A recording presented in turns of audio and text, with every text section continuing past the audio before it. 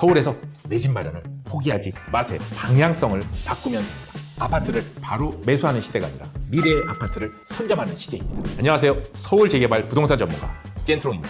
오늘 2026년 부동산 시장의 큰 그림, 그리고 왜 지금 이 시점에 서울 핵심지 재개발을 선점해야 하는지 그 이유를 말씀드리고자 합니다. 자, 끝까지 들어보시면 시장을 보는 눈이 확 달라지실 거예요.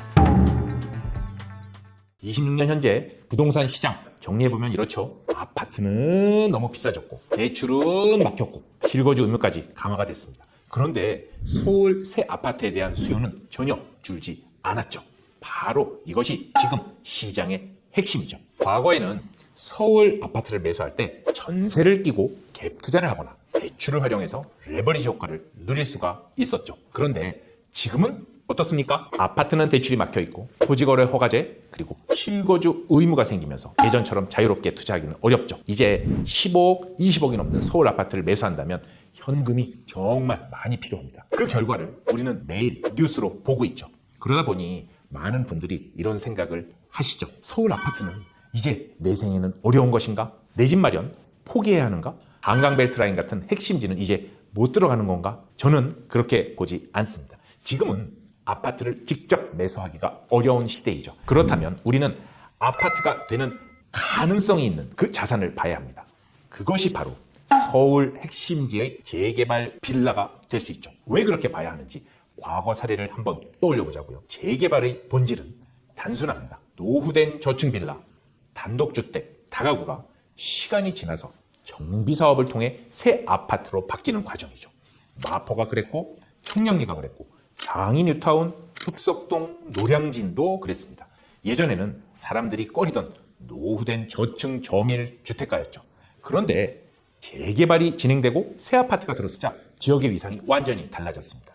빌라가 조합원 입주권이 되고 바로 그것이 새 아파트가 되는 겁니다. 그런데 같은 재개발이라도 언제 들어가느냐에 따라서 결과가 완전히 달라지죠. 여기서 중요한 건 바로 타이밍입니다. 이미 조합 설비 끝나고 사업 시행인가 관리 처분까지 간 그러한 재개발 구역은 투자 안정성은 높지만 가격이 많이 올랐죠. 그때 들어가면 투자금이 많이 필요합니다. 반대로 초기 움직임이 있는 지역, 불확실성은 다소 있지만 가격이 상대적으로 낮죠. 재개발 투자는 결국 시간과 불확실성에 투자하는 것입니다. 초기에 선점해서 들어갈수록 가격은 낮고 단계가 올라갈수록 가격이 비싸지죠. 그래서 저는 2026년 현재 시점에서 재개발 시장에 대한 중요한 포인트를 이렇게 봅니다. 첫 번째, 실거주와 투자를 분리해야 됩니다. 내가 꼭 강남 아파트에 살지 않더라도 투자는 서울 핵심지에 할 수 있죠. 실거주는 직장, 학교, 본인 생활권에 맞춰야 돼. 투자는 앞으로 가치가 올라갈 곳에 해야 됩니다. 그 다음, 레버리지가 가능한 자산을 봐야 하는 것이죠. 아파트는 현재 대출이 어렵고 갭 투자가 쉽지 않습니다.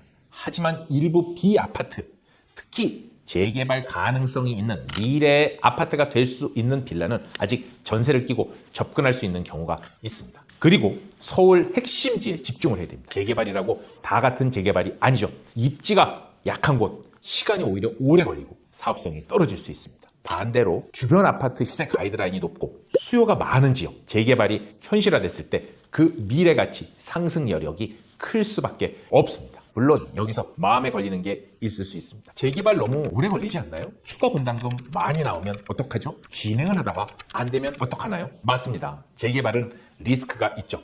시간도 오래 걸립니다. 5년 이상, 10년 이상 볼 수 있습니다. 하지만 그 반대로 생각을 해보자고요. 지금 서울 새 아파트를 바로 매수하려면 현금이 10억, 15억, 20억 필요합니다. 그런데 재개발 초기 구역 내 빌라는 상대적으로 적은 자기 자본으로 미래의 새 아파트를 선점할 수 있는 길이 될 수 있습니다. 추가 분담금을 낸다는 것도 그만큼 사업이 진행됐다는 뜻입니다. 그 과정에서 가격도 단계별로 움직이는 것이죠. 그렇다면 올해 지금 움직이는 부동산 시장 어떻게 봐야 할까요? 아파트 시장은 강남권, 한강변, 핵심지 중심으로 계속 강해질 가능성이 높습니다. 서울 새 아파트 공급 단기간에 확 늘어나기가 어렵죠. 그런데 수요는 어떻습니까? 계속 몰리는 곳에 몰리고 있어요. 대출과 규제 때문에 지금 건드리기는 어렵습니다. 시장의 시선, 지금 서울 핵심지 재개발 빌라입니다.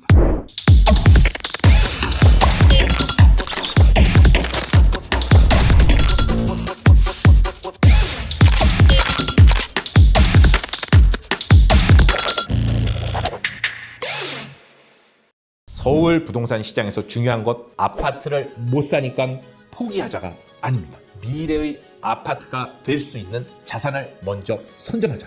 이게 핵심 포인트입니다. 서울 핵심지에 노후된 빌라, 다세대, 다가구 중에서 입지가 좋고 노후도가 맞고 주민 동의 움직임이 활발한 주변 아파트 시세 가이드라인이 맞춰지고 높은 곳, 이런 곳들을 남들보다 먼저 공부하고 먼저 임장하면서 선점하는 과정에 놓여있는 바로 그 사람이 10년 뒤에 서울 새 아파트의 조합원이 될 수 있습니다. 서울에서 내 집 마련을 포기하지 마세요. 방향성을 바꾸면 됩니다. 아파트를 바로 매수하는 시대가 아니라 미래의 아파트를 선점하는 시대입니다. 지금까지 왜 서울 초기 재개발 선점 투자해야 되는가에 대한 답이었습니다.